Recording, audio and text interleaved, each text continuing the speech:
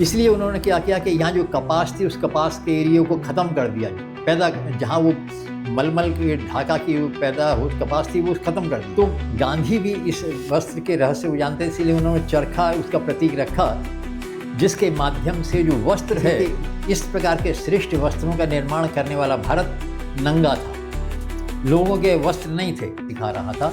लेकिन उन जो हमारे कारीगर थे उन्हें ख़त्म कर दिया गया, और उसके बाद यूरोप से वस्त्र आता था, वो इतना महंगा होता था कि सामान्य व्यक्ति उसे नहीं खरीद सकते। इत्यादि था, भयंकर रूप से उनका शोषण किया गया, उन्हें समाप्त कर दिया गया ताकि यहाँ से वस्त्र उद्योग समाप्त हो जाए। और वो वस्त्र उद्योग आज तक उतनी रूप में नहीं पनप सका जिस रूप में वो पहले था। अपने विधान के अनुसार आप चलते रहें, यही स्वतंत्रता है। अब ये जो ब्राह्मण क्षत्रिय वैश्य हैं, ये जो परंपराएं हैं, ये कर्म के आधार पर कि यदि एक व्यक्ति ब्राह्मण का काम है पढ़ना पढ़ाना, जो आज डॉक्टर्स हैं, साइंटिस्ट, चाणक्य ने इसी चीज़ को लेकर के नंद वंश को समाप्त किया था कि तुम इतना बड़ा राज्य है, ये इस सारी जो भारतीय है व्यवस्था है, वहाँ से एक परिवार के 8 आदमी स्वतंत्रता संग्राम सेनानी बन गए। मैं वहाँ रहा, मेरे पिताजी चाहते थे कि मैं वेद पढ़ूं, वेद का ही प्रचार प्रसार करूं, शायद मेरा समझता हूँ उनके ही पुण्य कर्म थे।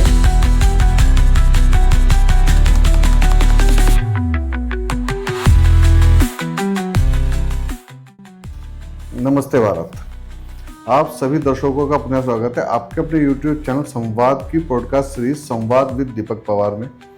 और आज के इस खास पॉडकास्ट में हमारे साथ हैं प्रोफेसर भारत भूषण विद्यालंकार जी।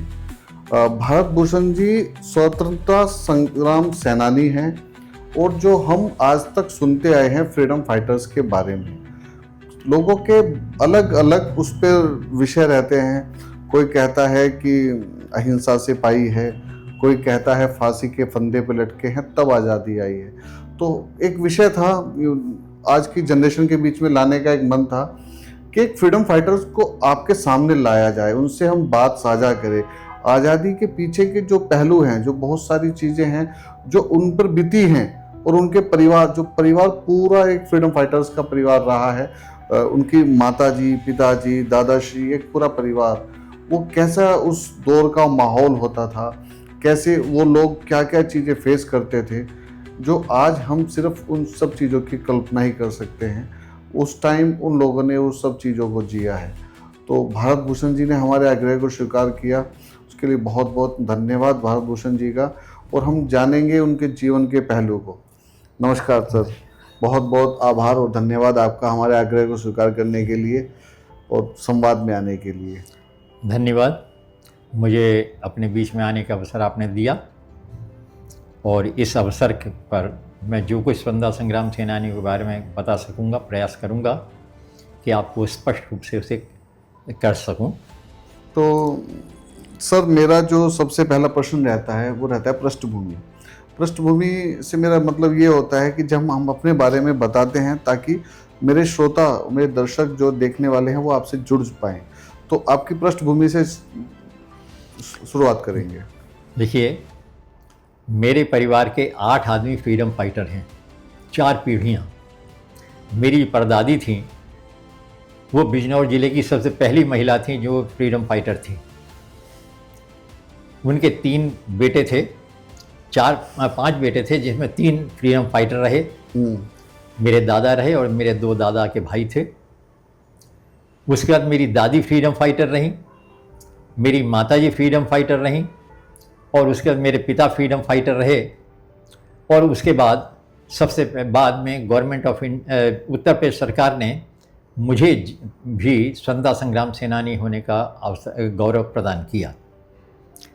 ये चीज़ मैं क्यों कह रहा हूँ, मैं बिजनौर ज़िले के उस एरिया का रहने वाला हूँ जो बिजनौर ज़िले का काला पानी कहलाता था।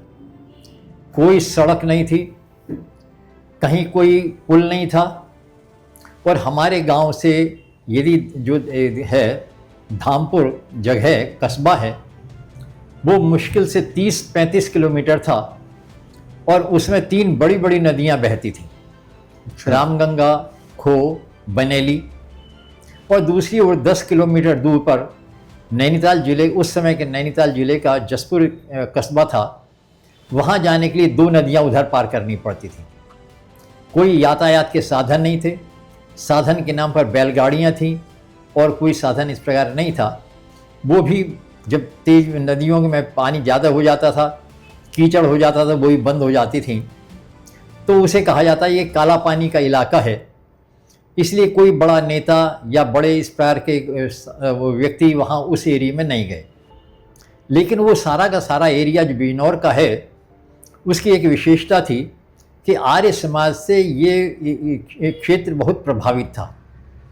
एक स्वामी केवलानंद हुए, बिजनौर जिले के बड़े प्रतिष्ठित संत थे, उनके उपदेश प्रायः हमारी बैठक पर होते थे।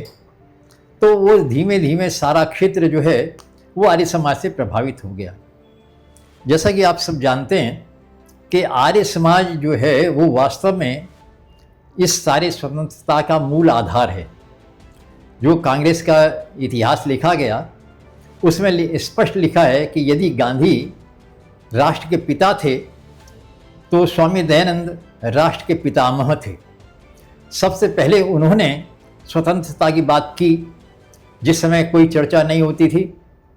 उन्होंने इसके साथ साथ ये कहा कि भाई वस्त्र, जो विदेशी वस्त्र हैं, उनको त्यागने की बात गांधी से बहुत पहले ऋषि दयानंद ने कही थी और उन्होंने बहुत सारे राजाओं को इसके लिए तैयार किया था। वो जानते थे कि वस्त्र एक ऐसा प्रतीक है कि हमारे यहाँ जो ढाका की मलमल तैयार होती थी या इस प्रकार के जो वस्त्र का निर्माण होता था, हमारे जो लोग करते थे कारीगर, वो उनकी मांग यूरोप में बहुत अधिक थी। इतनी अधिक थी कि वहाँ से जो मसालों के साथ था जो भारतीय वस्त्र जाते थे, उन वस्त्रों को ग्रहण करना, उन्हें खरीदना सामान्य व्यक्ति के वश में नहीं था। एक टाइम का लग्जरी था उस टाइम का। एक बहुत मूल्यवान पदार्थ माना जाता था कि भारत से वस्त्र आया है। उसमें बताते हैं कि एक जो आज माचिस की डिब्बी है कि 60 फुट का वस्त्र उसके अंदर आ जाता था। 60 फुट का लंबा कपड़ा उस एक डिब्बी के अंदर आता था। इस प्रकार की ढाका की मलमल बनती थी। जब ये हुआ तो ये स्थिति आई कि भाई कैसे ये भारत जो है ये रूप में आ जाएगा। तो एक किताब लिखी थी, एक डॉक्टर था, उसने लिखा कि हम भारत से क्या खरीदें और भारत को क्या दें। तो लोगों ने कहा हम भारत को क्या दे सकते हैं, हमारे पास कोई चीज़ ऐसी नहीं जो हम भारत को दे सकते हैं। तो उसने ये एक सूत्र बताया था कि भारतीय जो वस्त्र उद्योग है इसको समाप्त कर दीजिए, वरना वो सारा का सारा जो पैसा यूरोप का है वो सारा का सारा भारत में लौट आएगा। इसलिए उन्होंने क्या किया कि यहाँ जो कपास थी उस कपास के एरिया को ख़त्म कर दिया। पैदा जहाँ वो मलमल के ढाका की पैदा हो कपास थी वो ख़त्म कर दी। उन्होंने कहा इस सारी कपास को यूरोप ले जाइए और इसकी नकल वहाँ बनाइए और इतनी अधिक मात्रा में बनाइए कि वो फिर से भारत में लौटा करके वो वस्त्र यहाँ आए। तो गांधी भी इस वस्त्र के रहस्य को जानते, इसलिए उन्होंने चरखा उसका प्रतीक रखा जिसके माध्यम से जो वस्त्र है। और आप ये देखिए कि स्थिति ये थी कि इस प्रकार के श्रेष्ठ वस्त्रों का निर्माण करने वाला भारत नंगा था, लोगों के वस्त्र नहीं थे। एक स्थिति ऐसी खराब हो गई थी कि छोटे छोटे बच्चे, हम बचपन में देखते थे 5-6 साल का बच्चा नंगा घूमता था, उसके बदन पे लंगोटी भी नहीं होती थी। ये स्थिति जो थी उस देश में थी जो देश दुनिया को कपड़ा पहनाना सिखा रहा था। लेकिन उन जो हमारे कारीगर थे उन्हें ख़त्म कर दिया गया और उसके बाद यूरोप से वस्त्र आता था, वो इतना महंगा होता था कि सामान्य व्यक्ति उसे नहीं खरीद सकता था। मतलब क्रम उल्टा कर दिया। ये क्रम उल्टा कर दिया, जो यहाँ से जा रहा था वो वहाँ से आने लगा। उन्होंने कहा यदि इसी तरह आता रहा तो कठिनाई ये हो जाएगी कि हमारा सारा जो पैसा है जो मसालों के माध्यम से जा रहा है, जो पैसा हम लाए हैं वहाँ से भारत से, वो फिर से वहीं लौट जाएगा। इसलिए वो उससे बंगाल का जो ढाका इत्यादि था भयंकर रूप से उनका शोषण किया गया, उन्हें समाप्त कर दिया गया ताकि यहाँ से वस्त्र उद्योग समाप्त हो जाए। और वो वस्त्र उद्योग आज तक उतनी रूप में नहीं पनप सका जिस रूप में वो पहले था। आज तब भी हम देखते हैं कि बंगाल, जो पश्चिमी बंगाल है, वो पूरी बंगाल है, बांग्लादेश, वहाँ वस्त्रों का आज भी इतना है कि दुनिया में टॉप पर वो वहाँ का वस्त्र उद्योग चल रहा है। हम अभी दूसरे तीसरे नंबर पर हैं।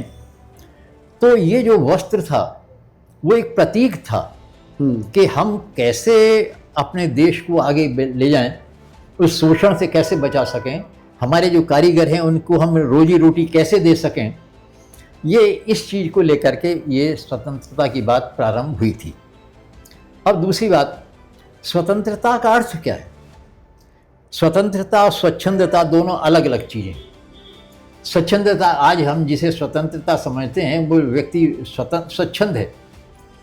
क्या है? मैं स्वतंत्र हूँ, सड़क पर कई नियमों का पालन नहीं करूँगा, अपनी गाड़ी को ठीक नियम में नहीं चलाऊँगा, मतलब जितने भी कानून हैं उसे मैं तोड़ दूँ। ये स्वतंत्रता का अर्थ हो गया। लेकिन स्वतंत्रता का अर्थ ये बिल्कुल नहीं था, ये स्वच्छंदता थी। स्वच्छंदता दंडनीय है जबकि स्वतंत्रता पूजनीय है। पूजनीय। स्व का अर्थ है अपने, तंत्र का विधान, अपने विधान के अनुसार आप चलते रहें, यही स्वतंत्रता है। मेरी आत्मा, मेरा मन, मेरा शरीर इस राष्ट्र के प्रति, इस भूमि के प्रति, इस जल के प्रति, इस सूर्य के प्रति, चंद्रमा, संपूर्ण ब्रह्मांड के प्रति मेरे जो कर्तव्य हैं उन कर्तव्यों का जो जितना मैं पालन करता हूँ उतनी मात्रा में मैं स्वतंत्र हूँ। एक चीज़ हमारे यहाँ स्वतंत्रता का अर्थ ऐसा नहीं है जैसा कि अब तक वो ये माना जाता है कि यदि आप पृथ्वी पर सारा कंट्रोल कर लें, वायु आपके अनुसार बहे, जब आप चाहें जल बरसे, आप रोक दें, आप उस प्रकृति का आधिपत्य चाहते हैं। लेकिन भारतीय संस्कृति ने वो जानती थे कि आधिपत्य के रूप में आप इसे कंट्रोल नहीं कर सकेंगे। वो वहाँ उसने कहा माता भूमि पुत्रो हम पृथिव्या। ये जो भूमि है, और ये केवल भूमि नहीं, ये सारा ब्रह्म जो नक्षत्र हैं वहाँ तक सारा ब्रह्मांड जो है ये मेरी माता है। पुत्रो हम पृथिव्या, मैं इस पृथ्वी का पुत्र हूँ। और वहाँ का माता भूमि पुत्रो हम पृथिव्या कि मैं इस माता का पुत्र हूँ, ये भूमि मेरी वो है। लेकिन वहाँ उसने एक बात और कही कि ये जो भूमि है क्या मैं इसके लिए ही हूँ? मैं, कोई भी व्यक्ति किसी शहर में, किसी कस्बे में, किसी छोटी सी जगह में पैदा होता है, वो उसका जन्म स्थान तो है, लेकिन वो केवल उसी मोहल्ले के लिए, उसी गली के लिए नहीं है। वो कहता है कि मेरा उद्देश्य क्या है, मेरी माँ कौन है? ये सारी पृथ्वी। मैं कहीं एक छोटी जगह पैदा हूं लेकिन इस पृथ्वी का पुत्र। पृथ्वी का अर्थ विस्तारवान, पृथ्वी विस्तारित धातु है कि उस विस्तृत जो ब्रह्मांड है, जो विस्तृत पृथ्वी है, मैं उसका पुत्र हूं। मेरी माँ, नहीं तो देखिए उल्टा हो जाता कि मेरी माँ ये है, पुत्र मैं इसका हूँ। उसका वास्तविक अर्थ ये है कि हम उस मूल से जहाँ कहीं पैदा हुए हैं किस देश में, केवल उस देश तक सीमित नहीं है। ये सारी पृथ्वी हमारी माँ है, इसलिए कहा वसुधैव कुटुंबकम। ये सारा जो वसुधा है वो हमारा कुटुंब है, परिवार है। इसलिए जब सारा परिवार है तो वहाँ न कोई ईर्ष्या के योग्य है, न द्वेष के योग्य है, न कोई आक्रमण के योग्य है, न किसी से दबने की जरूरत है। एक जैसे परिवार में समानता का भाव होता है, उसी परिवार में बूढ़ा दादा भी है, उसी परिवार में छोटा पोता भी है, परपोता भी है। लेकिन न उससे दादा छोटा हो जाता है, न पोता बड़ा हो जाता है। हर व्यक्ति समान अवसर पर है। अब ये जो ब्राह्मण क्षत्रिय वैश्य हैं, ये जो परंपराएं हैं, ये कर्म के आधार पर हैं कि यदि एक व्यक्ति, ब्राह्मण का काम है पढ़ना पढ़ाना, जो आज डॉक्टर्स हैं, साइंटिस्ट हैं, प्रोफेसर्स हैं, वो किसी घर में पैदा हुए हों, लेकिन वो सारे के सारे ब्राह्मण हैं। उपनिषदों में आप देखिए जो तत्व ज्ञान है उपनिषदों का, वो उसके वक्ता प्रायः क्षत्रिय हैं, ब्राह्मण नहीं। और उन ऋषि, वो ऋषित्व को प्राप्त करते हैं। और उन ऋषियों में बहुत सारे ऐसे हैं जो आज की दृष्टि से देखें शूद्र थे, शूद्र कर्म करते हुए भी अपनी बुद्धि के आधार पर, अपने चेतना के आधार पर ऋषित्व को प्राप्त कर सकता है। तो जैसा आप कर्म कर रहे हैं तदनुसार आपका वर्ण होगा। आप युद्ध कर सकते हैं, क्षत्रिय हैं। क्षत्रिय का वास्तव में अर्थ है क्षतात त्रायते, जो विनाश से रक्षा करे वो है क्षत्रिय। तो ऐसा नहीं कि जो क्षत्रिय के उत्पन्न हो गया वो क्षत्रिय नहीं। जो हम इस दृष्टि से देखें तो जो हमारी पुलिस है, जो हमारी सेना है, वो सारे के सारे क्षत्रिय। और जो व्यक्ति पढ़ने पढ़ाने का काम कर रहा है, साइंटिस्ट हैं, इसरो में काम कर रहे हैं या यूनिवर्सिटीज़ में पढ़ा रहे हैं, वो ब्राह्मण। नई पीढ़ी को तैयार कर रहे हैं, वो किसी जन्म में किसी घर में पैदा हुए हों, लेकिन सारे वो ब्राह्मण हैं। लेकिन एक व्यक्ति समान अवसर पढ़ने पर अपनी उसकी प्रकृति है, हर व्यक्ति लड़ नहीं सकता, हर व्यक्ति पढ़ा नहीं सकता। मनुष्य की एक स्वाभाविक प्रवृत्ति होती है संचय करने की। तो यदि पैसा नहीं है तो राष्ट्र नहीं चलेगा। तो जो वैश्य है उसका काम है व्यापार करना, सामान यहाँ से बाहर ले जाना, बाहर से पैसा लेकर के इस राष्ट्र को क्षतिपूर्ति करना, इस राष्ट्र के भोजन की व्यवस्था करना। क्योंकि जो उदर है, ये उदर को आप देखें, इसका काम क्या है, जो कुछ आप खाते हैं वो पेट अपने पास नहीं रखता, रस रक्त बना करके उसे सारे शरीर को विभाजित कर देता है। विभाजित कर देता। यही काम वैश्य का है कि दुनिया भर से आप पैसा लाइए, कमाइए और इस राष्ट्र को समर्पित कर दीजिए। आप उसके गारंटर नहीं है, आप उसके मालिक नहीं है, वो आप जो लाए हैं वो इस राष्ट्र के लिए है। लेकिन जो व्यक्ति समान अवसर मिलने पर ब्राह्मण न बन सके, क्षत्रिय न बन सके, वैश्य भी न बन सके, कि आप देखते हैं कि हर वे क्लास में पढ़ाते हैं, एक लड़का फर्स्ट क्लास पास होता है, एक सेकंड क्लास होता है और एक कई साल तक उसी क्लास में पढ़ा रह जाता है, वो नहीं पास हो पाता। तो वो जो कोई कर्म न कर सके वो है शूद्र। लेकिन इनमें छोटा बड़ा कोई नहीं, हर व्यक्ति के अपने कर्म अलग हैं। यदि शूद्र ना हो वैश्य नहीं का काम नहीं चल सकता, उसे 10 आदमी चाहिए, उसके ड्राइवर भी चाहिए, उसे खेती वाले चाहिए, उसे गौशाला वाले भी चाहिए, उसे कर्म चाहिए। हाँ, शूद्र का अर्थ क्या है, आशूद्रवती, जो दौड़ दौड़ के सारे काम करता है। आप जहां बैठे हैं आप सारे काम आप स्वयं नहीं कर सकते, आपको अपने हेल्पर की जरूरत पड़ती है। जो हेल्पर आपके से ऊपर नहीं जा सकता, जिसकी योग्यता है उतनी। तो वो जो चतुर्वर्ण था वो सब स्वतंत्र थे, कोई किसी से ऊंचा नीचा नहीं था, कोई किसी से दबा हुआ नहीं था। इसलिए मैंने कहा स्वतंत्र का अर्थ है अपने अनुकूल, जैसा कि आपकी योग्यता है, जैसा आपके सामर्थ्य है, उसके अनुसार आप उस प्रजा के पालन कर सकें। बहुत सुंदर। एक चीज, अब वहाँ एक चीज़ और आती है, कहीं मुख्य रूप से ये कहा कि पंचम वर्ण, 4 तो ये वर्ण, पंचम वर्ण भी एक पैदा हो सकता है जो इस वर्ण व्यवस्था में को स्वीकार न करे। आज के बहुत सारे लोग हैं वो कहते हैं नहीं हम ब्राह्मण नहीं है, इसने तो कहा पंचम वर्ण क्या है, निषादस्तु पंचमो वर्ण, वो निषाद है। क्यों कहा, लेकिन वो उस निषाद के लिए वो दंडनीय नहीं है।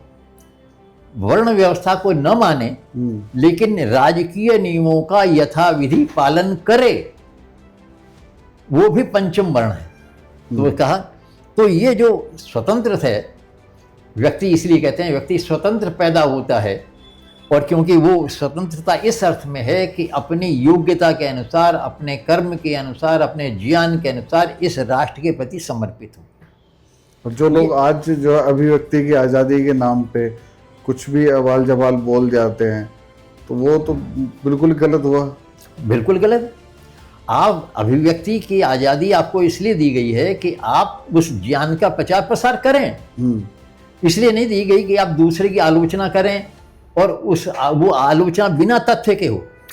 हमारे यहाँ तो आप ये देखिए कि जो ऋषि हैं, ऐसे ऐसे लोगों को भी ऋषि बना गया, जैसे चारवाक है। चारवाक का अर्थ है चारू वाक, बड़ी मीठी मीठी बातें। आज उस दृष्टि से हम देखें, हम सब चारवाक हैं। अधिक से अधिक भोग इकट्ठा करें, अधिक से अधिक सुख इकट्ठे करें, उसकी सामग्री इकट्ठी करें, और कि जो कुछ मैंने कमाया वो सब मेरा है, दूसरा के किसी का कोई अधिकार इसमें नहीं है। मैंने 100 रुपये कमाए तो मेरा ना बेटे का है, ना बाप का है, ना बच्चों का है। मैंने कमाया, मैं खाऊंगा, चाहे मैं उसका शराब पीऊँ या उसे नोट को फाड़ के जला दूँ, क्योंकि मेरा है, ये अधिकार आपका नहीं। तो वो चारवाक है, उसने नया विचार दिया था।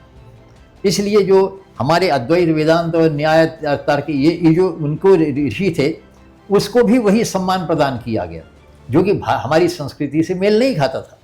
वो केवल इसलिए कि एक नई विचारधारा है, उस विचारधारा को लाने में उसकी स्वतंत्रता की रक्षा हमें करनी। इसलिए उसको भी वहाँ उसमें माना गया।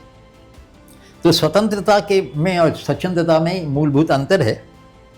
अब यदि हम वर्तमान में जो स्वतंत्रता संग्राम की बात करते हैं, ये मैंने पृष्ठभूमि इसलिए तैयार की कि जो स्वतंत्रता है,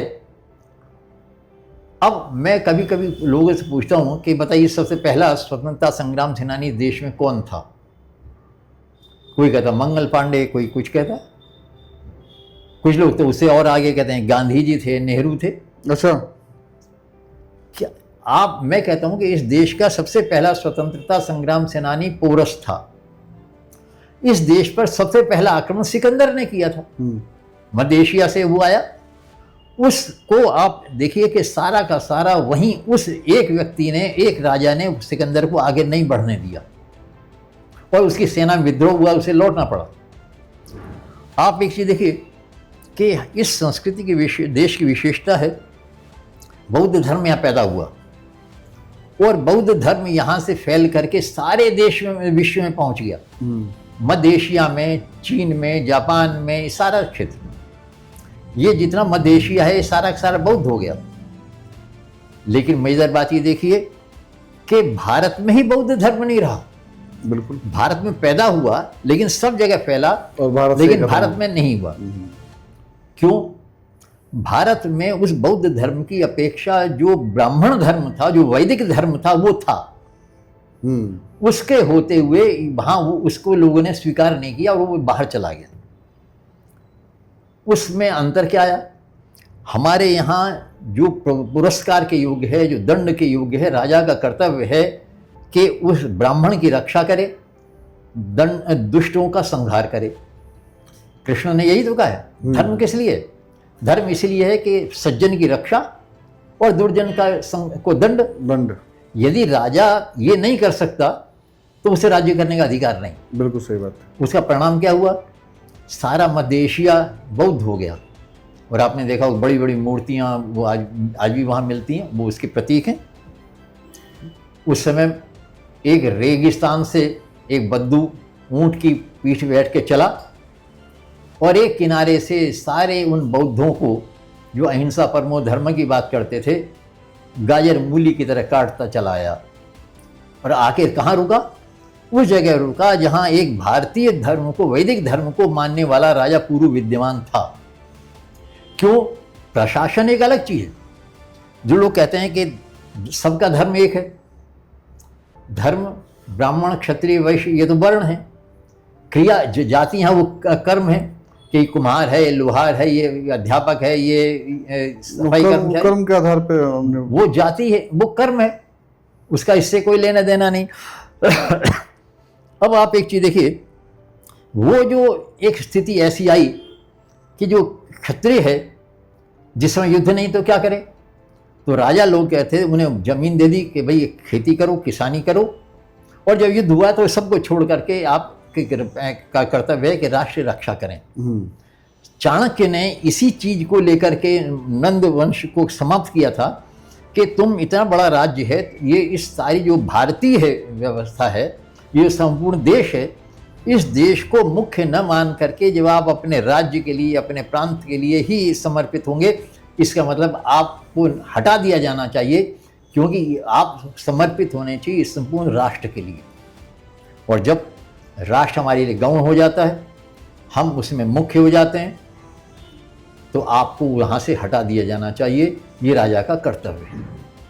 अब दूसरी बात कि वो जो राजा है, वो जैसा मैंने अभी आपसे कहा कि उसका एक कर्तव्य था कि जो आ रहे थे बद्दू, उनको समाप्त किया।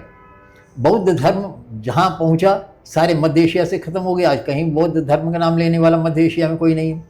जहाँ हैं भी वो नाम के बौद्ध हैं, वहाँ उनका अहिंसा से या इन सब चीज़ों से कोई लेना देना नहीं है ना। आप देखिए जो चाइना है, कम्युनिस्ट कंट्री है, वो बौद्ध, केवल बौद्ध का लेवल है, बाकी इससे वहाँ कुछ नहीं।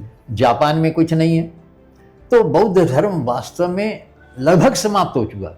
और यदि कहीं बौद्ध धर्म विद्यमान है तो आज भी भारत में ही विद्यमान है, अन्यत्र वो विद्यमान नहीं है। जहाँ से वो चला था लौट करके वहीं सिकुड़ गया। हाँ, जो मूल बौद्ध धर्म मूल था वो वहीं आ गया। तो आप ये देखिए, ये जो सारी चर्चाएं मैंने आपके सामने की, ये केवल जो स्वतंत्रता है, जो राजा है उसका जो अधिकार, उसका जो कर्तव्य है, उस कर्तव्य का पालन यदि राजा नहीं करता तो हटा दिया जाता है। और उस राजा का कर्तव्य क्या था कि ब्राह्मण का आदेश के अनुसार कार्य करे। इसलिए आपने देखा होगा, इतिहास में पढ़ते हैं आप, पुराणों में सब जगह, रामायण महाभारत में ऋषि आया तो राजा वहां से सिंहासन छोड़ करके उसके ऋषि से उपदेश ले रहा है कि मैं राज्य कैसे चलाऊं। क्यों? अहंकार जो है क्षत्रिय का, वो उसे चैन से नहीं बैठने देता। इसलिए उसके लिए अंकुश के रूप में उन ऋषियों को दिखाया गया कि जो ऋषि आते थे यथा समय उन्हें उपदेश देते थे, तदनुसार वो सब चीज चलती थी। एक वो आता है कि अश्वपति नाम का एक राजा था, तो कुछ ऋषि लोग उसके राज्य में आए, तो उन्होंने कहा महाराज आप यहाँ विश्राम करिए। कहेंगे नहीं, राजा का अन्न जो है वो शुद्ध नहीं होता, इसलिए हम अशुद्ध अन्न का सेवन नहीं करेंगे। तो उस राजा अश्वपति ने एक प्रतिज्ञा की है, नमेस्तेनो जनपदे न कदरियो न मद्यप। मेरे जनपद में, मेरे राष्ट्र में, नमेस्तेनो जनपदे कदरियो, कोई कंजूस नहीं है, कोई अज्ञानी नहीं है, कोई अयज्ञीय नहीं है, न कोई शराबी है, न स्वैरिणी को था, न कोई व्यभिचारी है, और तो व्यभिचारिणी नहीं। कि मैं अब ये गारंटी के साथ कह रहा हूं, तो वास्तव में राष्ट्र को बनाने का उद्देश्य जो अश्वपति की जो मैंने उदाहरण दिया, कि राष्ट्र इस प्रकार का होना चाहिए कि जिसमें हर व्यक्ति को अपने स्वतंत्रता है, अपनी सीमा के अंदर स्वतंत्र है। जैसे आपने देखा होगा, पहले लोग क्या करते थे, एक गाय के गले में लंबी रस्सी बांध दी और एक खूंटे से गाड़ दिया। वो तो जितना खूंटे का क्षेत्र है वो गाय उसमें स्वतंत्र है। वो चरे न चरे, बैठे लेटे, जो मर्जी करे, उसकी अपनी मर्जी है। उससे 1 फुट आगे उसका अधिकार नहीं। तो वो जो सीमा है, वो सीमा को मान करके जब हम चलते हैं तो हम कहते हैं हम स्वतंत्र हैं। वो बंधन नहीं है हमारा, गाय के लिए वो बंधन नहीं है कि एक फुट आगे नहीं जा सकती। ये जो स्वतंत्रता है, एक बाउंडेशन बहुत ज्यादा वो जो हमारी सीमा है, सीमा रेखा एक बहुत जरूरी, उस सीमा के आगे हम नहीं जा सकते किसी भी क्षेत्र में। तो जब वो हम सीमा को स्वीकार करते हैं, तो जो व्यक्ति उस सीमा को मान करके चलता है, आप समझिए कि वो वास्तव में स्वतंत्र है। चलिए, स्वतंत्रता के ऊपर बहुत चर्चा, बहुत अच्छे से आपने विस्तार से समझाया। अब मैं जानना चाहूंगा आपके पिताश्री के बारे में और माताश्री के बारे में, और आपके जन्म की कथा के बारे में, और आपको जो आपका नाम है भारत भूषण जी, ये कैसे मिला, इसके बारे में आप थोड़ा सा मैं जानना चाहूँगा। देखिए, जैसा मैंने प्रारंभ में बताया था कि बिजनौर जिले का वो एरिया था, गांधी का लोग कहते हैं बहुत ही बड़ा योगदान है। गांधी के योगदान को मैं 2 रूपों में कह सकता हूँ, क्योंकि इस चीज़ को स्पष्ट करूँगा तो वो चीज़ बाद में स्पष्ट हो जाएगी। एक तो ये कि बौद्ध में या जो हमारे उपनिषद शास्त्र है, वो ये कहते हैं कि अहिंसा और सत्य इत्यादि जो हैं, ये व्यक्तिगत उन्नति का साधन है। यदि आप उन्नति करना चाहते हैं, योग मार्ग में जाना चाहते हैं, तो ये सब करिए। लेकिन गांधी ने उस अहिंसा और सत्य को आधार बना करके उसे जन जागरण की चीज बना दी, कि वो केवल उन्हीं लोगों के लिए नहीं है जो योग मार्ग में जाना चाहते हैं। सामान्य जनता को भी इसका पालन करना चाहिए। अब उससे क्या होता है, राष्ट्र बनता है। राष्ट्र कब बनता है? आजकल तो बहुत सारे लोग कहते हैं ये हो राष्ट्र में, ये हो। अथर्ववेद में एक मंत्र कहा है कि मंत्र मुझे अभी याद नहीं आ रहा, उतर रहा है कि वो है, देखिए, खैर भूल रहा हूँ कि उसका राष्ट्र का आधार क्या है, कि जो 6 चीज़ें उसमें गिनाई गई हैं, यदि वो 6 चीज़ें हैं तो वो राष्ट्र है। यदि वो 6 चीज़ें नहीं हैं, पहले का सत्य, राष्ट्र के जो परस्पर व्यवहार है वो सत्य पर आधारित है। सत्यम बृहद धृतम उग्रम दीक्षा तपो ब्रह्म यज्ञ पृथ्वीम धारयन्ति, ये 6 तत्व हैं जो धरती को धारण करते हैं, राष्ट्र को निर्माण करते हैं। कौन सा है? सत्य। मनुष्यों का परस्पर व्यवहार यदि सत्य पर आधारित नहीं है तो राष्ट्र नहीं चल सकेगा। मैं आपसे कोई चीज खरीद रहा हूं, मैंने आपने मुझे पैसा लाखों रुपए का मैंने सोना खरीदा, आपने मुझे दे दिया। लेने के बाद अब आप समझते कि मुझे पैसा देगा। आपने मुझे पैसा दे दिया और अभी पैसा मैंने वापस पैसा आपको नहीं दिया सामान लेकर के। ये क्यों हुआ? ये हमारे परस्पर व्यवहार के ये सत्य पर आधारित है। दूसरी चीज आती है रित। सामान्य रूप से हम रित और सत्य को एक समझते हैं, लेकिन दोनों में अंतर है। रित जो रित अनरित है, जो रित नहीं है वो अनरित, अनरित माने झूठ। लेकिन रित और सत्य में अंतर है। सत्य वो है जिसे हम अपनी बुद्धि अनुसार जैसा ठीक समझते हैं। मान लीजिए मैं यहाँ आया हूँ, मैं बाहर से आया हूँ, मुझे नहीं मालूम पूर्व दिशा किधर है, आप कहते हैं पूर्व की ओर मुँह कर बैठिए, मैं इधर को कर बैठ जाता हूँ कि नहीं ये पूर्व दिशा नहीं है, पूर्व दिशा ये है। तो मैं अपनी बुद्धि पूर्वक जिस चीज को जिस समय ऐसा समझता हूं वो सत्य होता है। उदाहरण के रूप में सारा यूरोप तक ये मानता था कि धरती चपटी है। हमारे पुराणों में भी आता है कि असामान्य असुर ने इस धरती को चटाई की तरह लपेटा और सिर के नीचे रख के सो गया। कोई चीज तभी लपेटी जा सकती है चपटी। उस समय के लोग उसको ऐसा ही मानते थे, उनकी दृष्टि से वही सत्य था, परंतु रित नहीं था।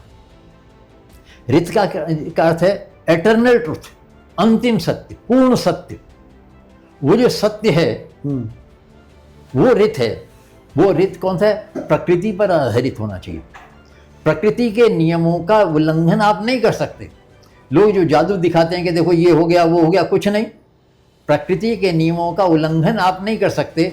सूर्य को की गति को आप रोक नहीं सकते, चंद्रमा को आप घुमा नहीं सकते, धरती के घूमने को रोक नहीं सकते। प्रकृति अपने नियमों के अनुसार चल रही है। तो कहा सत्यम बृहत धृत, कहा बृहत है, महान सत्य है, महान ऋत है। सत्यम बृहत धृत मुग्रम। आपने बहुत अच्छा खेत तैयार किया, बढ़िया पंतनगर के या एक बीज ला के बोए, फसल दिया, तैयार हुई, और एक दिन भैंस आगे सारा चर के चली गई। तो कहा उग्रता। उग्रता क्या है? उस राष्ट्र की सीमाओं की रक्षा। उस खेत के चारों ओर यदि आपने बाउंड्री वाल नहीं बनाई, उसके चारों ओर तारबाड़ नहीं की, तो कोई उसे नष्ट कर देगा। अब उग्रता क्या है? उग्रता का अर्थ पराक्रम। अब देखिए दो चीज हैं। एक सैनिक सीमा पर खड़ा है, उसके मन में पूरा विश्वास है कि 140 करोड़ लोग मेरे साथ खड़े हैं। सही बात। तभी वो वहां खड़ा है। उसे पता है मेरे साथ कोई नहीं, तो वो भी लौट आए। 140 लोग मेरे साथ खड़े हैं, ये मान करके वो सैनिक वहां खड़ा है। दूसरी ओर किसी एक देश से एक आतंकवादी हमारे देश में घुसने के बाद वो ये जानता है कि 140 करोड़ लोगों में से एक भी मेरे साथ नहीं है। मैं सबके बीच में होता हुआ अकेला हूं। अब आप इस दृष्टि से देखिए, उस सिपाही में उस आतंकवादी में कितना अंतर है। उसे पता है मेरे साथ सब हैं, इसे पता है मेरे साथ कोई नहीं है। लेकिन उसकी जो प्रवृत्ति है, उसके उद्देश्य हैं, वो उसे पुरस्कृत, एक को पुरस्कृत करते हैं, एक को दंडित करते हैं। सही बात। ये जो हम कहते हैं कि सब धर्म एक हैं। धर्म का अर्थ कोई ये हिंदू मुसलमान नहीं होता। धर्म का अर्थ होता है ड्यूटीज, कर्तव्य। यदि हम अपने कर्तव्यों का पालन कर रहे हैं, वो हमारा धर्म का है। कहा कि गीता में कृष्ण ने कहा कि परधर्मो भयावह, स्वधर्मे निधनम से श्रेय। अपना कर्तव्य करते करते यदि आपकी मृत्यु भी हो जाते वो श्रेष्ठ है। पर धर्मो भयावह, दूसरे के धर्म में आप हस्तक्षेप करेंगे तो खतरनाक है। तो खतरनाक कैसे? मैं उदाहरण देके बता रहा हूं। एक व्यक्ति जो सीमा पर खड़ा है, उसका क्या कर्तव्य है? दुश्मन को देखते ही गोली मार दे। सही बात। यदि वो वहां कहे अहिंसा परमो धर्म धम्मम शरणम गच्छामि, तो वो तो हाँ गलत है। तो तो उसके पीछे वाला पहले उसे गोली मार दे, उसे बाद में मारे, पहले इसे गोली मार दे। जी। क्यों? उसका वो कर्तव्य नहीं। और एक साधु, उसको भी कहें सब एक धर्म है, साधु का धर्म वो नहीं है जो सैनिक का धर्म है। सही बात है। एक व्यक्ति, एक साधु जंगल में जा रहा था, एक शेर मिला, तो उसने देखा कि एक व्यक्ति ने आवाज दी, अरे इधर आओ इधर आओ इधर आओ। तो उसने, तुम कौन हो? उसने कहा, मैं इस देश का राजा हूं, मैं यहाँ शिकार खेलने आया था, अचानक इस शेर ने मेरे आक्रमण कर दिया, और जैसे ही आक्रमण किया तो मैं नीचे गिर गया। जैसे इस शेर ने मेरे पर आक्रमण किया, मैं बीच पेड़ को लेकर के इसे दोनों पंजे पकड़ लिए। इसलिए साधु महाराज, मेरी तलवार यहीं पड़ी है, इस तलवार से इस शेर को मार दो। अच्छा। तो उसने कहा, धम्मं शरणं गच्छामि अहिंसा परमो धर्म, मैं बिल्कुल नहीं मारूंगा। तो राजा ने सोचा, तब राजा ने, वो शेर ने भी हाथ पैर हिलाया, दोनों राजा वो पकड़े खड़े हैं कि जानते हैं छूटते ही समाप्त हो जाएंगे। तो राजा ने कहा, अच्छा है महाराज, ऐसा करो, तुम मत मारो, तुम शेर के हाथ पकड़ लो, हाँ, मैं मार देता हूं। साधु ने कहा, इसमें तो हिंसा मैं नहीं करूंगा। साधु ने हाथ पकड़ लिया, तो उसने कहा, अहिंसा परमो धर्म महाराज, आपके लिए भी तो मेरे लिए, मैं तो चला। तो साधु कहता, नहीं नहीं जल्दी मार। क्यों? परिस्थितियां वो बदल गई। साधु का कर्तव्य अलग है, उस सैनिक का कर्तव्य अलग है। जब यदि सैनिक साधु का काम करने लगे, साधु सैनिक का काम करने लगे, तो का पर धर्मो भयावह, दूसरे में वो भय का पैदा करने वाला कारण हो जाता है। तो ये जो हमारे तमाम संस्कृति में जो सूत्र पड़े हैं, इन सूत्रों को आप जहाँ कहीं जितना भी विस्तार चाहें उनका विस्तार कर सकते हैं। तो स्वतंत्रता में जो राजा है, जहाँ राजा का उस समय वो राजगद्दी में बिठाया जाता है, तो शूद्र ब्राह्मण का है, वो सारी विधि करने के साथ जो उसका पुरोहित है, उसके कमर पे हल्का सा एक दंड का प्रहार करता है। वो इस बात का प्रतीक है कि तुम इस राजा के, तुम्हारी जिम्मेदारी है, तुम सबसे बड़े पद पर हो, लेकिन जो विधान है, दंड का विधान, वो तुमसे ऊपर है। तुमसे ऊपर है। तुम उसके विधान, दंड के अंतर्गत हो, दंड से ऊपर आप नहीं। तो ये जो एक प्रकार की, जैसे मैंने कहा कि गांधी ने जो चीज दी, अहिंसा और सत्य की बात, उसके बाद क्या हुआ कि उसने एक तरीका बताया।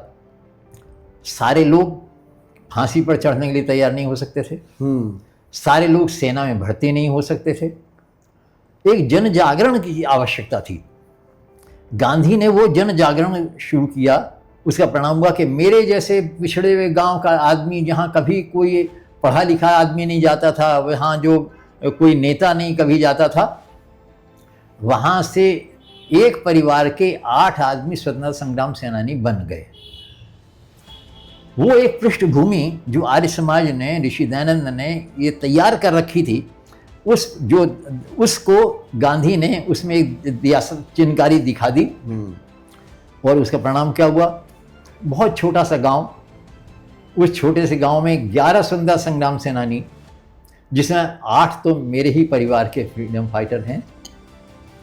और मेरे एक परंपरा रही कि मेरे पिताजी जो आर्य समाज के बहुत उसमें कोई सिद्धांत को मानने वाले थे, वो घूंघट प्रथा नहीं जानते थे, वो छुआछूत नहीं मानते थे, वो हरिजन को नीचा नहीं मानते थे। मुझे याद है, मुझे जैसे बताया गया, मेरी माताजी जब शादी होकर आई तो मेरे पिता ने उनके घूंघट हटा दिया और कहा अब ये घूंघट कभी जीवन भर नहीं लगेगा। मैं जानता था मेरी दादियाँ और सब घूंघट करती, मेरी माँ घूंघट नहीं करती थी। मेरे पिता ने उस जमाने में मेरी माँ को, जब लोगों ने साइकिल देखी भी नहीं थी, साइकिल चलाना सिखाया, घुड़सवारी सिखाई, कृपाण चलाना सिखाया। और कृपाण चलाने के बाद कहा कि अब तुम्हारा एक काम है कि महिलाओं को जागृत करो। हम पुरुष अंग्रेजों के खिलाफ पुरुषों को जागृत करने के लिए बैठक पे जा सकते हैं, हवेलियों में हम नहीं जा सकते, महिलाओं को कैसे जागृत करें? सही बात। अब ये तुम्हारा काम है। तो उसके बाद मेरी माँ सलवार पहन करके, उस समय सलवार केवल मुसलमान महिलाएं पहनती और कोई नहीं पहनता था, वो सलवार पहन करके घोड़े पर सवार होकर 2-3 दिन के कपड़े आगे गठिया बांध करके गांव से गांव जा करके प्रचार करती थी। और आप ये देखिए कि मेरी दादी जो परदादी थी, उनके 3 बेटे फ्रीडम फाइटर थे, मेरे दादा और 2 मेरे दादा के भाई, 2 भाई। उसके बाद मेरी दादी फ्रीडम फाइटर थी। मेरी दादी बताती हैं कि मैं कहा, मेरी माता जी ने, भागीरथी देवी था, ए भागीरथी एक बता, तुझे ही अरेस्ट क्यों करते, हमें क्यों नहीं पकड़ते? तो उसने कहा माता जी इस बार मेरे साथ चलो, आपको जैसा जैसा मैं करूंगी वैसा आप भी कर लेना। उन्हें नारेबाजी शुरू की, मेरी दादी ने भी नारेबाजी शुरू कर दी, उन्हें पिकेटिंग की, वो भी अरेस्ट हो गई। उन्हें 3 महीने के लिए पहले अरेस्ट किया गया। तो वो जो था व्यक्ति, जज, वो भारतीय था और सबको 3-3 महीने की सज़ा दे रहा था। तो पता लगा ये चौहान है। तो मेरी माता जैसे ही उन्होंने कहा 3 महीने, मेरी माता जी ने बस, उसने 6 महीने, उसने कुल, उन्होंने 9 महीने। तो मेरी माता जी ने कहा कि रिश्ते में आप मेरी बिदारी दीदी के भाई हैं, बहन को कुछ और ज़्यादा देना चाहिए। उन्होंने कहा 1 साल।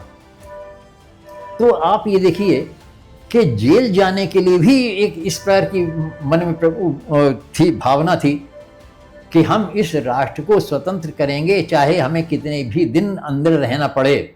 हमारी जो तथाकथित जो स्वतंत्रता है उसको हमें लाना है। ये स्वच्छंदता वो उसका उद्देश्य नहीं था। और उसका परिणाम हुआ कि मेरे पिताजी, उनके पीछे उस ज़माने में, सस्ते ज़माने में 50 रुपये का इनाम था जिंदा मुर्दा लाने का। उस समय के 50 रुपये आज के 5 लाख के बराबर हैं। बिल्कुल सही बात है। वो फरार रहे। और आप ये देखिए, हमारे घर एक समृद्ध घर था, कुड़की हो गई, घर के तमाम लोग जेलों में थे और कौन किस जेल में है किसी को नहीं पता लगता। जब कहीं कोई छूट के आता पता लगा वो कहाँ है, उस जेल में है, वो कहाँ है, उस जेल में है। ये इस प्रकार का वातावरण मेरे घर का था जिसमें इतने सारे स्वतंत्रता सेनानी थे। और जब मेरा जन्म हुआ उस समय मेरी माता जी को हल्द्वानी से अरेस्ट किया गया। जब वहाँ अरेस्ट किया तो नैनीताल जेल में मेरी माता जी ने तमाम जो वो महिलाएं थीं, कैदी महिलाएं, उनको अंग्रेजों के खिलाफ भड़काना शुरू कर दिया। फिर उनका ट्रांसफ़र का, भाई ये तो महिला यहाँ गड़बड़ करेगी, उन्हें ट्रांसफ़र कर दिया फतेहगढ़ सेंट्रल जेल। वहाँ उन्होंने वही काम किया। तो एक बरेली जेल थी, वो बड़ी बदनाम जेल थी, तो फिर उनका ट्रांसफ़र वहाँ बरेली में किया गया। वहाँ उस समय में जो ट्रांसफ़र होकर बरेली आई, वहाँ सरोजिनी नायडू, विजय लक्ष्मी पंडित, के मेरठ की शकुंतला गोयल, हल्द्वानी की थी एक वो शुभावती मित्तल, एक कानपुर की तारा अग्रवाल, एक कोई बिठूर की रानी थी, और इस तरह की महिलाएं थीं जो अपने लेवल, सामान्य लेवल से ऊपर की थीं। तो मेरी माता जी कहती हैं कि जब तू पैदा हुआ तो मेरा नंबर केवल दूध पिलाने पर आता था। क्यों? इतनी सारी महिलाएं, इतनी सारी माताएं थी, काम कोई है नहीं, ना कोई अखबार है ना कुछ। तो जब फिर मेरा नाम रखने की बात आई तो उस समय जो पुरुष वार्ड था उसमें उत्तर प्रदेश के डिप्टी स्पीकर थे हरगोविंद पंत, वो वहीं थे। और इस प्रकार के लोग वहाँ भी थे जिनको समझते थे कि ज़्यादा खतरनाक हो सकते हैं, उनको वहाँ ला के रखा गया। तो उन्होंने देखा कि ये बच्चा धनु राशि में पैदा हुआ है, तो उन्होंने कहा भाई इस बच्चे का नाम धर्मपाल रखना चाहिए। कुछ लोगों ने कहा नहीं, ये बच्चा राशि को छोड़िए, बच्चा जेल में पैदा हुआ, इसका नाम कृष्ण रख देना चाहिए। तो सरोजिनी ने कहा ये बुर्जुआ नाम है, उन्होंने कहा ये इसका नाम भारत भूषण होगा। ध भाई एक राशि के हैं, तो ये जो नाम मुझे सरोजिनी ने दिया। और जब देश स्वतंत्र हुआ तो देश के स्वतंत्र होने के बाद जब वो उत्तर प्रदेश की राज्यपाल बनी तो पिताजी एक बार मुझे लेकर के उनसे मिलने गए। मैं जो छोटा रहा हूँगा तो सरोजिनी जी ने कहा इस बच्चे को मुझे दे दीजिए। तो पिताजी ने कहा आप इस बच्चे का क्या करेंगे? कल मैं इस सरकारी खर्च पे दुनिया की बेस्ट एजुकेशन दूंगी। तो पिताजी क्योंकि आर्य समाज से बहुत प्रभावित थे, तो उन्होंने कहा कि आपकी बेस्ट एजुकेशन मैं जानता हूँ, आप इसे इंग्लैंड भेज देंगे, वहाँ से ड्राइवर होके आ जाएगा। मतलब आज की भाषा में हम पायलट कहते हैं कि वहाँ से ड्राइवर होके लौट के आ जाएगा। मैं तो वो दिन देखना चाहता हूँ जो अंग्रेज इस देश में पढ़ने आए। ये बच्चा जेल में पैदा हुआ है, या तो गुरुकुल में पढ़ेगा या गाय चुगाएगा, मुझे इसमें कोई दिक्कत नहीं है कि गाय भी चुगाता रहे। तो सरोजिनी जी ने कहा कि अच्छा ये बात, फिर इसे गुरुकुल में भर्ती कर दो। तो उन्होंने कहा मेरा सारा तो लूट चुका है, खाने कुछ है नहीं, गुरुकुल में मैं भर्ती करने के लिए गया था तो उन्होंने कहा इतना रुपया जमा करो। तो उन्होंने कहा रुपया मैं दे देती हूँ। कहने मैं आपसे रुपया मांगने के लिए नहीं आया था, ये क्या उधार कर लें जी, उधार में कर्ज तो लेना नहीं चाहता। तो उन्होंने कहा कि फिर क्या चाहते हो कि आप गुरुकुल वालों से कह दीजिए कि वो इस बच्चे को भर्ती कर लें, मैं कुछ दिन बाद इसका जो खर्चा है वो जो सिक्योरिटी है वो मैं जमा कर दूंगा। तो सरोजिनी जी ने एक बात कही कि गुरुकुल वाले आज भी न तो अपनी डिग्रियों की मान्यता लेते हैं और न हमसे आर्थिक सहयोग लेते हैं। यदि मैंने उन्हें गुरुकुल वालों से कहा और गुरुकुल वालों ने इसे मना कर दिया तो संस्था की हानि हो सकती है। तो पिताजी ने कहा मैं आपसे हाथ जोड़ के कहता हूँ, समझिए मैंने आपसे नहीं कहा। आपको मैं एक उदाहरण दे रहा हूँ कि वो जो गुरुकुल था जो अंग्रेजों के खिलाफ तगड़ा था, अंग्रेज चाहते थे कि आप हमसे पैसा ले लीजिए, लेकिन एक भी पैसा उन्होंने स्वीकार नहीं किया। और प्रायः आप ये देखिए मनमथ नाथ गुप्त ने एक, मैं उनके कहीं साहित्य में पढ़ा था, मैं अब याद नहीं आ रहा कहाँ पर, बहुत पहले, उन्होंने कहा क्यों वो स्वयं क्रांतिकारी थे, उन्होंने कहा इन क्रांतिकारियों के से ऊपर उठ करके एक बांधव समाज नाम से क्रांतिकारियों का ग्रुप था जिसकी कहीं कोई चर्चा नहीं थी, कि इन क्रांतिकारियों में भी जो टॉप के दो चार थे केवल उनको उस बारे में पता था। उन्होंने कहा उस बांधव समाज का एक सेंटर गुरुकुल कांगड़ी में था। आप उससे कल्पना कीजिए कि वो जो क्रांतिकारियों का जो गढ़ था जिसे सामान्य वो भी नहीं जानते, तो उसके सामान्य लोगों में इसका बांधव समाज की कोई चर्चा कभी कहीं नहीं आई। वो जो वहाँ उस गुरुकुल में जो संस्कार दिए गए स्वतंत्रता के, वैदिक सभ्यता के, संस्कृति के, भारतीयता के, तो वो मुझे वहाँ प्रवेश मिला और उस प्रवेश के बाद मैं वहाँ रहा। मेरे पिताजी चाहते थे कि मैं वेद पढ़ूं, वेद का ही प्रचार प्रसार करूं। शायद मेरा समझता हूँ उनके ही पुण्य कर्म थे कि मैं वहाँ से गुरु कांगड़ी से वेद का अध्ययन करने के बाद वहीं गुरु कांगड़ी विश्वविद्यालय में वेद का ही प्रोफेसर बना और करीब 40 वर्ष मैंने MA स्तर पर वैदिक साहित्य पढ़ाया। तो ये जो एक थोड़ी सी चर्चा मैंने की, वो जो एक स्थिति थी कि घोड़े पर जा कर के, और आप ये देखिए मेरे घर में मैं छोटा था तो मैं अनुभव करता था, उस समय लेट्रिन जो होती थी टीन वो होती बाल्टी वाली होती थी। मेरे पिताजी हर त्योहार पर, दिवाली, दशहरा, रक्षाबंधन जो भी होता था, वो जो हमारे यहाँ जमादार आता था उसे कहते थे कि जब तू कमा लेगा आज नहा धो के आना, आज तू मेरे साथ बैठ कर के भोजन करेगा। और अब मेरे पिताजी के साथ बैठ कर के उसे भोजन कराते थे। वो कहते ये नहीं कि जैसे बीच में था कि भाई उन्हें पीतल की थाली देते, आप कहाँ से, कि जैसी थाली में मैं खाऊं वैसी थाली में तू खाएगा, तू मेरे बर्तन, तू अपने बर्तन नहीं धोएगा, मेरी पत्नी तेरे बर्तन धोएगी। और इस प्रकार का हम देखते थे कि वो कोई स्थिति ऐसी नहीं थी कि हम समझें कोई छोटा है कोई बड़ा है।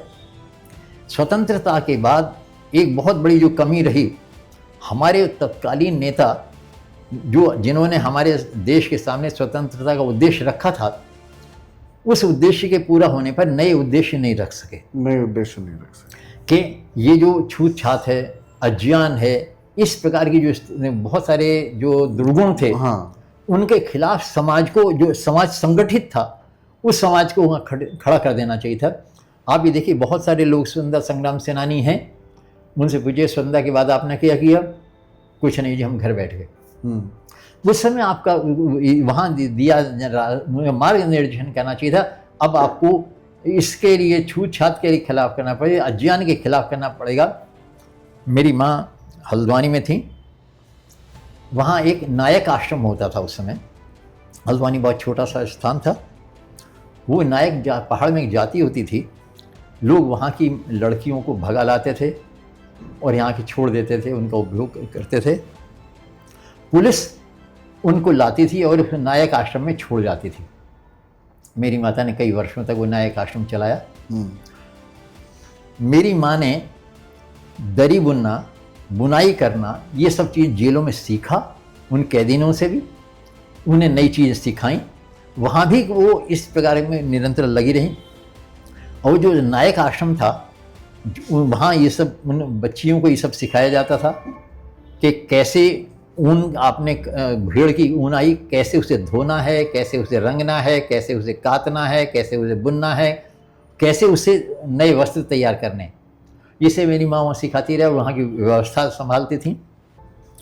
तो इस प्रकार के जो सामाजिक कर्म थे, अंतिम समय तक मेरे पिता और मेरी माँ उस काम में लगे रहे। उन्होंने कहा कि ये समाज का ऋण हम पर है, उस समाज के ऋण को हम कई जन्म तक भी नहीं पूरा कर सकते। अब इसलिए हम चाहते हैं कि ये केवल यही नहीं, शिक्षा की दृष्टि में मेरे पिताजी जिला बिजनौर के करीब 16 साल डिस्ट्रिक्ट बोर्ड के निर्विरोध मेंबर थे। किसी व्यक्ति ने उनके खिलाफ पर्चा भी नहीं भरा।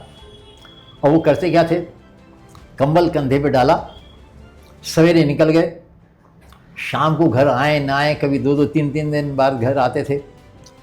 कहीं स्कूल खोलना है, कांजी हौज देखने हैं, जो ये सब चीज़ें उससे डिस्ट्रिक्ट बोर्ड के अंतर्गत आती थी। और वो सब यही क्यों, वो कहते हैं जब मैं मेरे जो समाज ने मुझे जिम्मेवारी दी है तो मेरे लिए परिवार से ज़्यादा ही समाज है।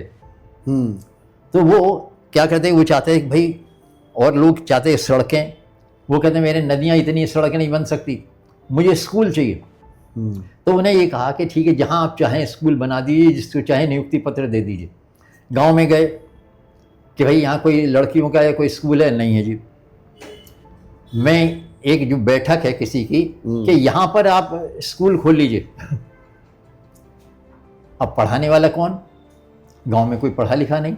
कहते किसी की कोई बच्ची, कोई बहू, कुछ थोड़ी बहुत 5वीं 10 7वीं 8वीं पढ़ी हो, मैं उसे अपॉइंटमेंट लेटर दे रहा हूँ, कल से पढ़ाना शुरू करे। शुरुआत हो तो गांव में स्कूल खोलते हैं। लेकिन उस समय लोगों में था हमारी लड़की, हमारी बहू नौकरी करेगी? बिल्कुल नहीं करेगी। स्कूल खोल गए, महीने भर बाद पता लगा वो 4 दिन बाद बंद हो गया। यहाँ तक आने में हमें बहुत सारी कुप्रथाओं का विरोध और दमन करना पड़ा। जैसे अभी आपने बात की मेला प्रथा और पर्दा प्रथा, सती प्रथा, कितनी सारी प्रथाओं के बाद मैं एक कोई इस एरिया में सती प्रथा का इतना वो नहीं था। मैं एक उदाहरण दे रहा हूँ। गंगा के किनारे मेरी दादी का जो गांव था, बिल्कुल रामगंगा के किनारे पर था। एक ही कुआं था जिसमें दाल गलती थी और कुएं में दाल नहीं गलती थी। लोग, और वो कुआं बहुत गहरा था, करीब 30-40 हाथ गहरा था। तो बहुत सारे लोग खड़े हैं कि भाई कोई हमें एक डोल पानी दे दे। लेकिन इतने मेहनत के बाद एक डोल भी नहीं देता था, वो खड़े रहते थे। पिताजी ने कहा देखो भाई, या तो इन्हें भरने दो या इन्हें पानी दो। इतनी मेहनत करके पानी खींचे, वो दे कौन? तो एक दिन पिताजी ने सबके बीच में उनका डोल लिया और कुएं में डाल दिया। देखो भाई, ये बाहर ला हो गया, मतलब अशुद्ध हो गया।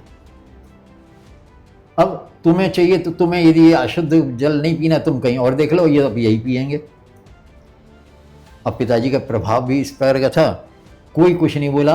और उस दिन से वो कुआं सबके लिए सामूहिक। तो इस प्रकार के वो करते रहना।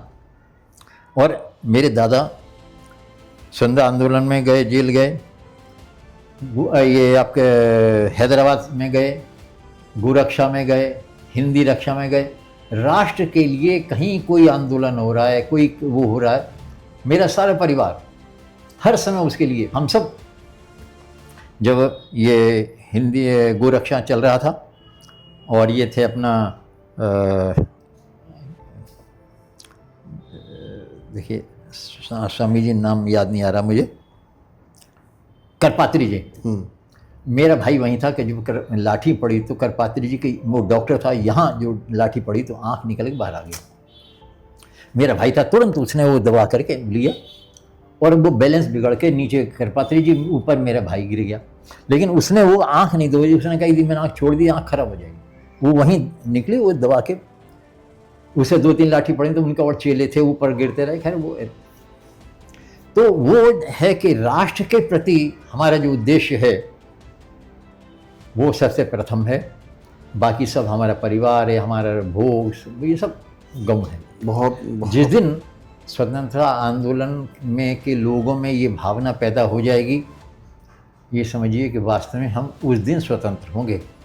हम राजनीतिक रूप से स्वतंत्र हैं, लेकिन न अभी आर्थिक रूप से स्वतंत्र हैं, न सामाजिक रूप से स्वतंत्र हैं। नाना प्रकार की जो सबसे बड़ी गुलामी जो है, मानसिक गुलामी, कि जो यूरोप कहे वो अच्छा, हम जो कहें वो गलत। ये जो मानसिक गुलामी है, जिस दिन हम, अभी कुछ समय से हम देखते हैं कि सरकार, जो नई सरकार है, ये नया दृष्टिकोण लेके चल रही है, उस मानसिक गुलामी को दूर करने का प्रयास कर रही है। और जिस दिन हमारी और कोई गुलामी दूर हो, मानसिक गुलामी दूर हो जाएगी, वास्तव में स्वतंत्र हो जाएंगे। बहुत सुंदर, बहुत अच्छा संवाद रहा भारतभूषण जी आपके साथ आज, और स्वतंत्रता के भिन्न भिन्न रूप और उसके प्रकार आपसे जाने। निसंदेह जो हमारी ऑडियंस है उसको एक नया रूप जानने को मिलेगा कि आज़ादी इतनी आसान चीज़ नहीं थी, जैसे आपने बताया बहुत सारी चीज़ों में। तो आज़ादी को पाने के लिए बहुत सारे संघर्ष हुए हैं, और ऐसे ही आज़ादी नहीं आई है, तो हमें आज़ादी के मूल्यों को समझना चाहिए, और हमारी जो आगे की जनरेशन है वो इसको समझे कि 2-4 नाम नहीं है, ये एक लंबी गाथा है, एक लंबी लिस्ट है। बहुत लोगों का प्रयास है, सामूहिक प्रयास है, लोगों ने बहुत कुछ खोया है, अपना घर परिवार सब दांव पे लगाया है जब आज़ादी पाई है। तो जैसा मैं हमेशा बोलता हूँ कि हमारे आसपास बहुत कुछ अच्छा हो रहा है और हम प्रयास करते हैं उसे आप तक लाने का, ताकि संवाद जारी रहे। इसी क्रम में आज हमारे साथ प्रोफेसर भारतभूषण जी थे, जिन्होंने विस्तार से स्वतंत्रता के बारे में बात की। जो हम अभी आने वाला है 15 अगस्त, उसकी सभी देशवासियों को हार्दिक हार्दिक शुभकामनाएं, और मिलते हैं अगले पॉडकास्ट में एक नए अतिथि के साथ। तब तक के लिए नमस्ते भारत। आप सबको बहुत बहुत धन्यवाद, आपने मुझे सुना, मुझे बीच में आने का अवसर दिया, धन्यवाद।